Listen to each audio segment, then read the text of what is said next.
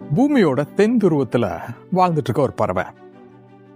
அது ரொம்ப அபூர்வமான பறவை, பறக்காது. ஆனாலும் பறவை இனம்தான். ரொம்ப குழுவாக வாழ்ந்துக்கிட்டு இருக்கும். அது எப்பவுமே ஃபேமிலியாக தான் இருக்கும். 10,000 1,00,000 வரைக்கும் கூட அந்த கூட்டம் இருக்கும். அந்த கூட்டத்தில் இருக்கும்போது கூட தன்னோட துணையை அதோட குரலை வச்சு அது கண்டுபிடிச்சிடும். யாருன்னு உங்களுக்கு டவுட் வருதா?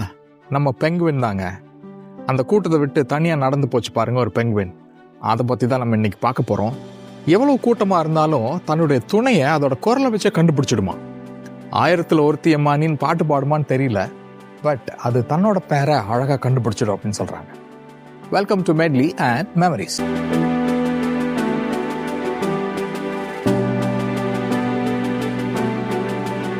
இந்த பெங்குவினுக்கும் மனுஷங்களுக்கும் நிறைய சிமிலாரிட்டிஸ் இருக்குங்க.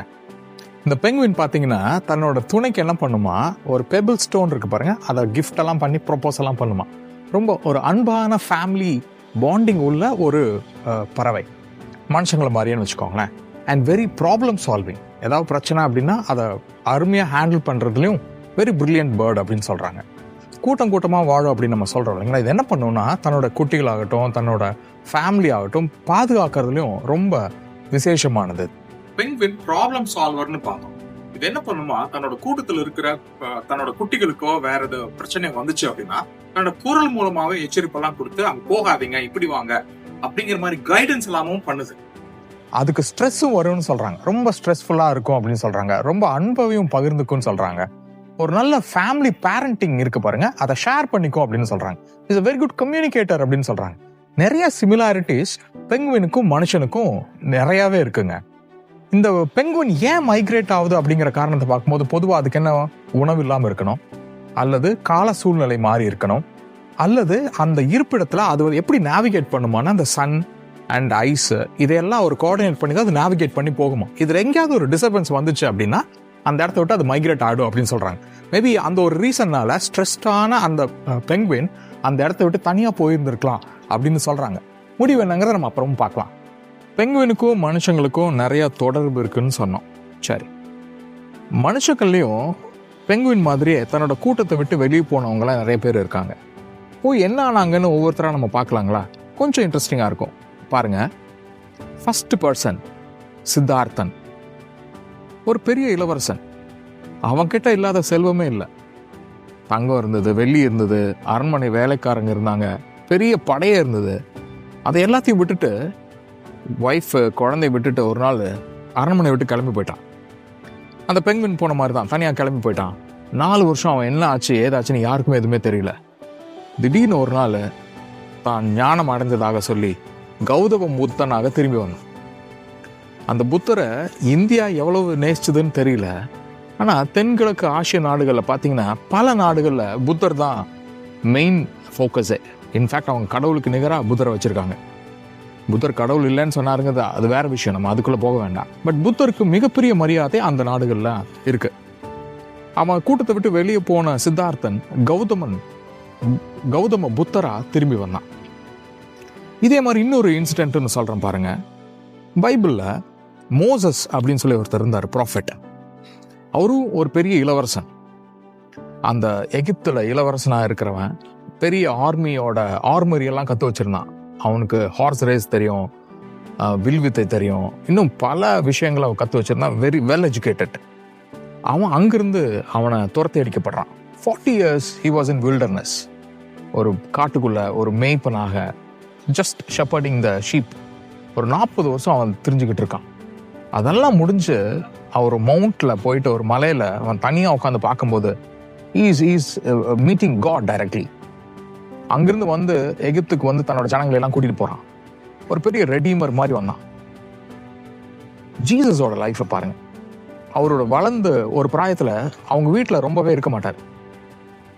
தனியா போய் மலையில போய் நின்று ப்ரேயர் பண்ணுவார்.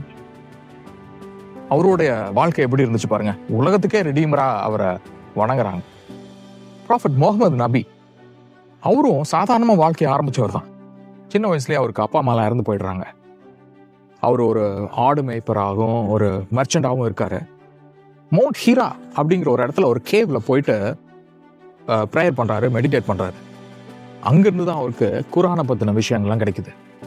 இன்னைக்கு ப்ராஃபட் முகமது நபி அவர்கள் உலகமே போற்றுது. இந்த மாதிரி சொசைட்டி விட்டு வெளியே போனவங்கள பெரிய பெரிய சாதனை பண்ணினவங்களும் இருக்காங்க. நம்ம இந்தியாவில் பாருங்க, எல்லா சித்தர்களுமே ஆல்மோஸ்ட் அப்படிதான் இந்த சோஷியல் லைஃப்ல இருந்து விலகி போய் பெரிய சாதனைகள் பண்ணவங்க தான். இன்னொரு ராஜா இருந்தாருங்க இந்தியாவில். அவர்கிட்ட சேலஞ்ச் பண்ணாங்க, நீ ஒரு ஞானம் அடைந்தவனா உன்னோட வாழ்க்கையை வாழ முடியாது அப்படின்னு சொல்லிட்டு. அந்த வேதங்கள்லாம் கற்றறிந்து ஒரு சன்மார்க்க நெறியில நீ வாழ முடியாதுன்னு அவர்கிட்ட சேலஞ்ச் பண்றாங்க. அவர் போய் தன்னை உடலை ஒடுக்கி எல்லா உணர்வுகளையும் கட்டுப்படுத்தி தியானம் இருக்காரு. தியானம் இருந்து ஒரு மிகப்பெரிய பவரோட திரும்பி வர்றாரு. அவர் பேர் தான் விஸ்வாமித்திரர். அத்தனை சக்திகளையும் தான் வாங்கிட்டு வர்றாரு. அவரும் இப்படிதான் சேலஞ்ச் பண்றாரு. அவரோட ராஜ்யத்தையே விட்டு போறாரு. போயிட்டு திரும்பி வரும்போது ஒரு மிகப்பெரிய ஒரு ஞானத்தோட வர்றாரு. நிறைய பேர், விவேகானந்தர் எடுத்துக்கோங்க, ரமண மகரிஷி எடுத்துக்கோங்க, இந்த மாதிரி பல பேர் பெரியவர்கள் எல்லாமே என்ன பண்றாங்க, இந்த சொசைட்டி விட்டு தனியா வெளியே போறாங்க. ஞானம் அடைந்துதான் நினைக்கிறாங்க. ஞானத்தை கொண்டு வந்து மக்களுக்கு எப்படி யூஸ் பண்ண முடியும்னு நினைக்கிறாங்க. இதுக்கும் பெங்குவினுக்கும் என்ன தொடர்புன்னு தானே கேட்குறீங்க? வெயிட் பண்ணுங்க, சொல்றேன். தெளிவாக தெரிந்தாலே சித்தாந்தம், அது தெரியாமல் போனாலே வேதாந்தம்.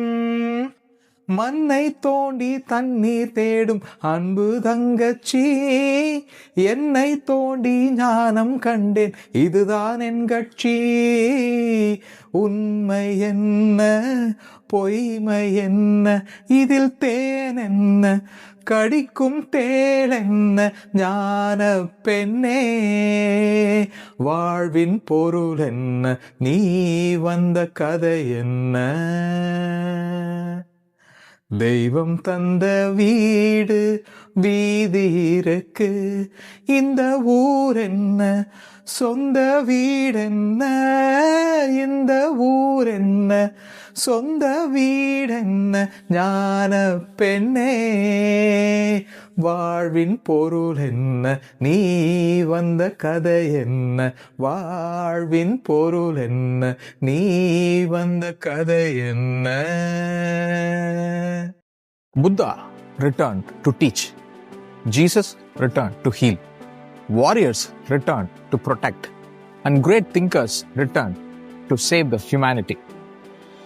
நம்மளுக்கு பிரச்சனை வேணும், பிரச்சனைக்கு தீர்வு வேணும் அப்படின்னா இந்த சொசைட்டி விட்டு வெளியே போகணும்னு அவசியம் இல்லைங்க. இந்த பிரச்சனைக்குள்ளேயே இருந்து அவங்க குரலை கேட்டால் போதும். நம்மளுக்கு அமைதியை தேடி காட்டுக்கு போகணும்னு அவசியம் இல்லை. உள்ளே இருந்தே இவங்க சத்தத்தை கேட்டால் போதும். உண்மையான பிரச்சனை தீர்வு என்பது பிரச்சனை விட்டு ஓடி போகிறது அல்ல, நம்ம பிரச்சனைக்குள்ளாகவே நமக்குள்ளே ட்ராவல் பண்ணுறது தான். இந்த பெரிய பெரிய ஸ்காலர்ஸ் எல்லாமே அவங்களுக்காக பெரிய மனுஷங்க ஆகலை, எல்லாருமே இந்த உலகத்துக்காக தான் பெரிய மனுஷங்க ஆனாங்க. இந்த பெங்குவினும் வெளியே போனதுக்கான காரணம் இன்னும் நம்மளுக்கு முழுசாக தெரியல. ஆனால் ஒரு விஷயம் மட்டும் நம்ம கவனிக்க வேண்டிய விஷயங்க, இது போய் பெங்குவினாவே திரும்பி வருமா அல்லது இயற்கை விதிகளால் அது தன்னோட வாழ்வை இழந்திருக்குமா அப்படிங்கிறது நம்மளுக்கு தெரியாது. ஆனால் ஒரு விஷயம், ஒருவேளை பரிணாம வளர்ச்சியில் அந்த பெங்குவின் தன்னோட வாழிடத்தை வேறு விதமாக மாற்றிக்கொண்டு, பனி இருந்தால் தான் வாழணும்னு இல்லாமல் ஒரு மலைக்குள்ள ஒரு தாவரங்களுக்கு மத்தியில் வாழ பழகி அது ஒரு வேறொரு உயிரினமாக பரிணமிக்கவும் காரணங்கள் இருக்கிறது. அப்படி ஒரு வேளை அது பரிணமித்தா மனிதருக்கு ஆபத்தாக இருக்குமா அல்லது ஆதரவாக இருக்குமா அப்படிங்கிறது நம்ம தீர்மானிக்க முடியாது, காலம்தான் தீர்மானிக்கும். உங்களுக்கு இந்த மாதிரி ஒரு வீடியோ பிடிச்சிருந்ததுன்னா இதை தொடர்ச்சியாக பாருங்கள், சப்ஸ்கிரைப் பண்ணுங்கள். இன்னொரு கண்டென்ட்டில் உங்களை சந்திக்கிறேன். Till then, take care.